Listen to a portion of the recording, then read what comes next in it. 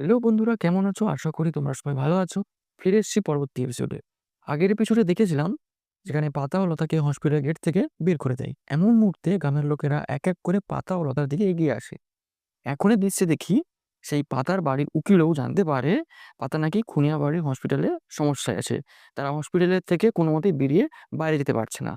তাই তখন উকিলও পাতাকে কল করে, নেটওয়ার্ক ডিস্টার্ব থাকায় কিচ্ছু শোনা যায় না। আর ফোন সুইচ অফ হয়ে যায় পাতার। তারপর উকিলবাবু ওই খুনিয়াবাড়ি এলাকার এসপিকে কল করে বলে সবকিছু।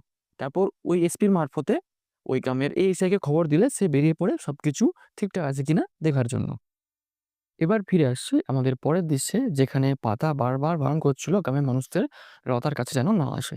এমন সময় ওই পুলিশ অফিসার আর দুজন কনস্টেবল নিয়ে আসে সাথে করে, তাতে একটা বন্দুক গুলি ফায়ার করে। এরপর পুলিশের কথায় লতা ও পাতা বাইরে থেকে হসপিটালের ভিতরে প্রবেশ করে। পুলিশ গ্রামের বুড়ো কর্তাকে বলে কথা বলে নিলে সব সমস্যার সমাধান হয়ে যায়। তবুও গ্রামের বুড়োর ব্যক্তিটি পুলিশ অফিসারের গালে থাপ্পড় মারে, কারণ সে ওই লোকেদের দিকে গুলি চালিয়েছিল। আর বলে, "এইখানে যা হচ্ছে, যা হতে দে।" অপর দৃশ্যে পাতা লতাকে বারবার বলতে থাকে, তাকে তার এভাবে ছেড়ে যাওয়াটা উচিত হয়নি।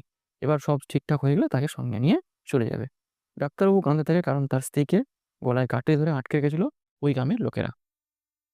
এদিকে আমরা সেই ১ম এপিসোডে যেখানে পাতাকে ঘরের চাকর একটা চিঠি দিয়ে বলেছিল সীমা নামের একটা মেয়ে নাকি তার বোনের ব্যাপারে কথা বলেছিল। এই বলে সিঁড়ির নিচে থাকা ডায়েরিতে নাম্বার দিয়ে কল করলে না না ধরলে পরদিন সকালে সীমা নামের মহিলাটি তাকে কল ব্যাক করেছিল। সেই দৃশ্যে ফিরে আসি, যেখানে আমি আগেই বলেছিলাম লতার স্বামীর খুব শরীর খারাপ। ডাক্তার বলেছিল বড় কোনো হসপিটালে ভর্তি করতে। তাই লতা সীমাকে কল করে আর বলে তার স্বামী খুব শরীর খারাপ, তাই তাকে শিলিগুড়ি মেডিকেল কলেজে ভর্তি করতে হবে। কারণ সীমা শিলিগুড়িতে থাকে আর তাকে একমাত্র সে চেনে। তাই সীমা ঠিক বলে, "ঠিক আছে, তুই চলে আয়।" কিন্তু এসব কথা আড়ালে লুকিয়ে থাকা ওই গ্রামের বুড়ো কর্তার লোক শুনে নাই। তাই তাকে এই বলে মারতে থাকে, কারণ তাকে তার ঘর থেকে বাইরে যেতে বারণ করেছিল। সবাই তাকে মেরে মেরে মাথা ফাটিয়ে দেয়। আর সেদিন থেকেই শুরু হয় লতার চরম কারাদণ্ড। সে পাগল হয়ে যায়, রাস্তায় খেপার মতো ঘুরে বেড়ায়। এমনকি তার স্বামীও ওই দিন রাতে মারা যায়। কেউ কিছু দিলে খায়, আর না দিলে সে একাই খেপার মতো করে ঘুরে বেড়ায়।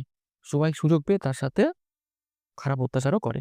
পরের সিনে দেখি হসপিটালে পাতা ও লতা মাথায় হাত বুলিয়ে দেয়, আর লতা শুধু মা করতে থাকে। অপরদিকে গ্রামের বুড়ো কর্তার ছেলে নিজেই কাঁচি দিয়ে নিজের হাতের বাঁধন খুলে দেয়।